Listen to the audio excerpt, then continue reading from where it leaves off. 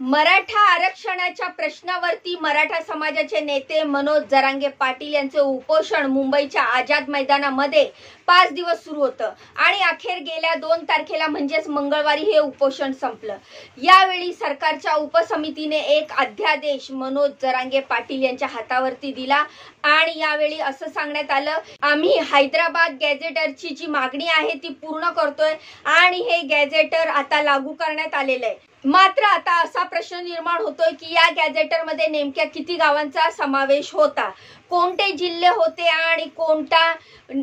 आणि नेमका कोणत्या मराठा समाजाच्या व्यक्तींना याचा फायदा होणार आहे। या गॅझेटरच्या माध्यमातून कुणबी प्रमाणपत्राचे ज्या पद्धतीने वाटप येत्या काळात होणार आहे असं सरकारने सांगितलंय, मात्र याचा कोणत्या गावांना फायदा होणार आहे, कोणत्या जिल्ह्यातील किती गावं याच्यामध्ये आहेत आणि महत्त्वाचं म्हणजे गॅझेटरच्या या माध्यमातून ज्या काही नोंदी पुढे येणार आहेत त्या लोकांनी कशा पद्धतीने हा कुणबी प्रमाणपत्रासाठीचा अर्ज करायचा आहे किंवा कशा पद्धतीने ते ओबीसी प्रवर्गामध्ये आपला समावेश करून घेऊ शकतील आणि आपला दाखला काढतील। यासाठीच आपल्याला या व्हिडिओमध्ये पाहायचं आहे की अर्ज कशा पद्धतीने केला पाहिजे आणि शासनाने अध्यादेशाचं नेमकं काय म्हटलेलं आहे आणि किती गावामध्ये या नोंदी सापडलेल्या आहेत या संदर्भातच आपण या व्हिडिओमध्ये बोलणार आहोत।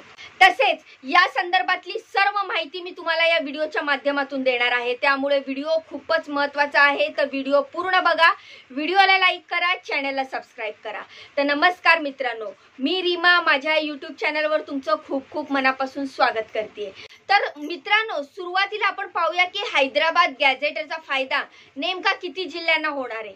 तर पूर्वी या जे काही संस्थान होते त्याच्यामध्ये 5 जिल्हे होते, आता त्याचे 8 जिल्हे झालेले आहेत आणि थोडक्यात आपण याची माहिती घेऊया की पूर्वीचे जिल्हे आणि आताचे जिल्हे नेमका काय फरक आहे। तर संभाजीनगर सध्याचं यासोबतच जालना असेल, हिंगोली असेल, परभणी, नांदेड, बीड, लातूर आणि धाराशिव हे असे 8 जिल्हे आणि याच्यामध्ये काही आता कुणबींच्या नोंदी सापडलेल्या आहेत, ते किती ते सुद्धा आपण पाहायचंय। तर एकूण 8550 गाव आहेत या 8 जिल्ह्यांमध्ये। तर या 8 जिल्ह्यांमध्ये 8550 गाव आहेत आणि या गावांपैकी जवळपास 1516 गावांमध्ये कुणबी नोंदी सापडलेल्या आहेत। आता या नोंदींचा एकंदरीत रेकॉर्ड कसा आहे हे सुद्धा आपल्याला पाहावं लागणार आहे। तर शासनाने साधारणतः गेल्या 2 वर्षांमध्ये जवळपास 2,21,00,000 कागदपत्र तपासलेली होती आणि त्याच्या अनुषंगाने साधारणतः 47,845 नोंदी शासनाला सापडलेल्या आहेत। या कुणबी नोंदी आहेत। आता मराठवाड्यातील हे जे 8 जिल्हे आहेत त्यापैकी कोणत्या जिल्ह्यांमध्ये किती गावांमध्ये या कुणबी नोंदी सापडलेल्या आहेत हे आपल्याला पाहावं लागेल। तर छत्रपती संभाजीनगरमध्ये 166 गावांमध्ये, यासोबतच जालन्यामध्ये 229 गावे, हिंगोलीमध्ये 163 गावे, नांदेडमध्ये 161 गावांमध्ये तर कुणबी नोंदी सापडलेल्या आहेत। तर लातूर जिल्ह्यातील 41 गावांमध्ये या नोंदी आहेत, धाराशिवमध्ये 123 गावांमध्ये या नोंदी सापडल्या आहेत, तर बीड जिल्ह्यामध्ये 529 गावांमध्ये या नोंदी सापडल्याचं दिसून येतंय। आता लातूर या जिल्ह्यामध्ये अत्यंत कमी गावं अशी आहेत की जिथे या कुणबींच्या नोंदी सापडलेल्या आहेत। आता ज्या गावांमध्ये कुणबी नोंदी सापडलेल्या नाहीत अशा ठिकाणी नेमकं काय करायचं याच्यावरती आता शासन काय म्हणतंय येत्या काळात हे सुद्धा आपल्याला समजेलच। मात्र आता या सगळ्या कुणबी नोंदी सापडलेली ही जी गावं आहेत याच्या बाबत शासनाने अध्यादेशांमध्ये जी काही प्रोसिजर सांगितलेली आहे ती कशा पद्धतीने आहे, अर्ज आपण करू शकतो किंवा कशा पद्धतीने करू शकतो, या कुणबी प्रमाणपत्र या लोकांना वाटप केलं जाईल, तर याच्या अनुषंगाने शासनानं प्रत्येक गावामध्ये एक त्रिसदस्य समिती नेमलेली आहे आणि या समितीमध्ये कोण कोण असणार आहे तर ग्रामपंचायत अधिकारी म्हणजेच ग्रामसेवक, यासोबतच एक महसूल अधिकारी म्हणजे तलाठी आणि ही जी काही त्रिसदस्य समिती गठीत केलेली आहे ती समिती ती वंशावळी शोधण्यासाठी स्थानिक पातळीवरच्या किंवा गावातील लोकांना मदत करणार आहे। आणि आता महत्त्वाचं म्हणजे ही प्रोसेस नेमकी कशी होणार, तर सुरुवातीला कुणबी मराठा आणि मराठा कुणबी जातीचे हे काही प्रमाणपत्र आवश्यक आहे, त्याच्यासाठी अर्ज करताना जो काही अर्जदार असेल ज्याला हे प्रमाणपत्र आवश्यक आहे त्याने पहिल्यांदा स्वतःच्या वंशावळीमध्ये कुणबी प्रमाणपत्र कोणाचं आहे का, आपल्या पूर्वजांची कुठे नोंद मिळते का, कुणबी म्हणून याच्या सुरुवातीला तपास घेणं आवश्यक आहे।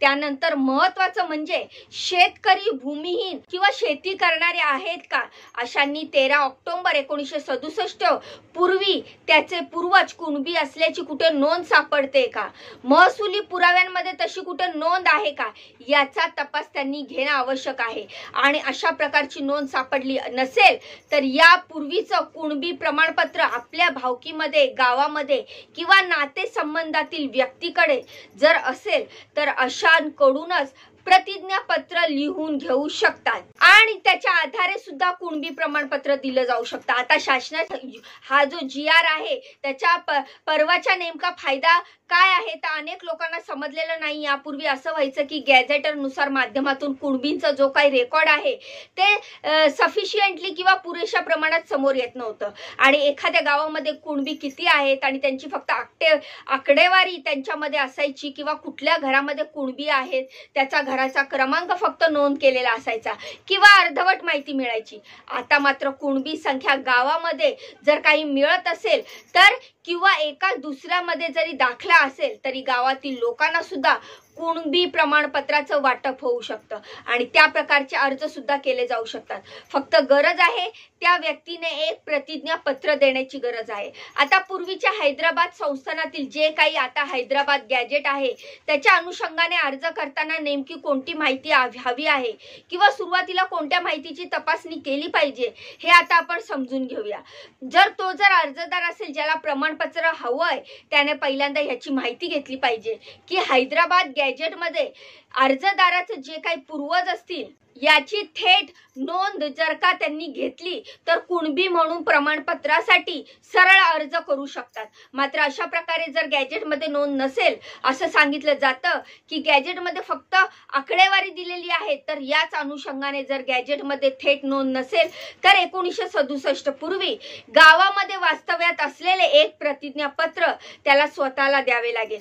त्याचे पूर्वज 1967 पूर्वी तिथे वास्तव्यास होते अशा प्रकारचं हे प्रतिज्ञापत्र असेल आणि त्यानंतर गावातील किंवा कुळातील किंवा त्याचे इतर रक्ताचे नातेवाईक जे असतील त्यांच्याकडे कुणबी प्रमाणपत्र आहे का याचा तपास त्याला करावा लागेल आणि जर का त्याला तशा पद्धतीचे रक्ताच्या नातेवाईक असतील किंवा गावातील भावकीतील एखाद्याचं कुणबी प्रमाणपत्र असेल तर त्याच्याकडून ते एक प्रतिज्ञापत्र ते घेऊ शकतात आणि हे नातेवाईकांचे प्रतिज्ञापत्र घेतल्यानंतर गाव पातळीवरची जी काही त्रिसदस्यीय समिती शासनाने गठीत केलेली आहे या समितीच्या माध्यमातून या प्रतिज्ञापत्राची छाननी केली जाईल आणि खरंच जे काही हा पुरावा सांगितला जातो तो खरा आहे का याबद्दलची छाननी झाल्यानंतर सक्षम प्राधिकारी किंवा जे काही अंतिम अधिकाऱ्याला दिलेले असतील मग प्रांत पातळीवर असू शकतात। अशा पातळीवरील त्या अर्जाची पुन्हा एकदा सगळ्या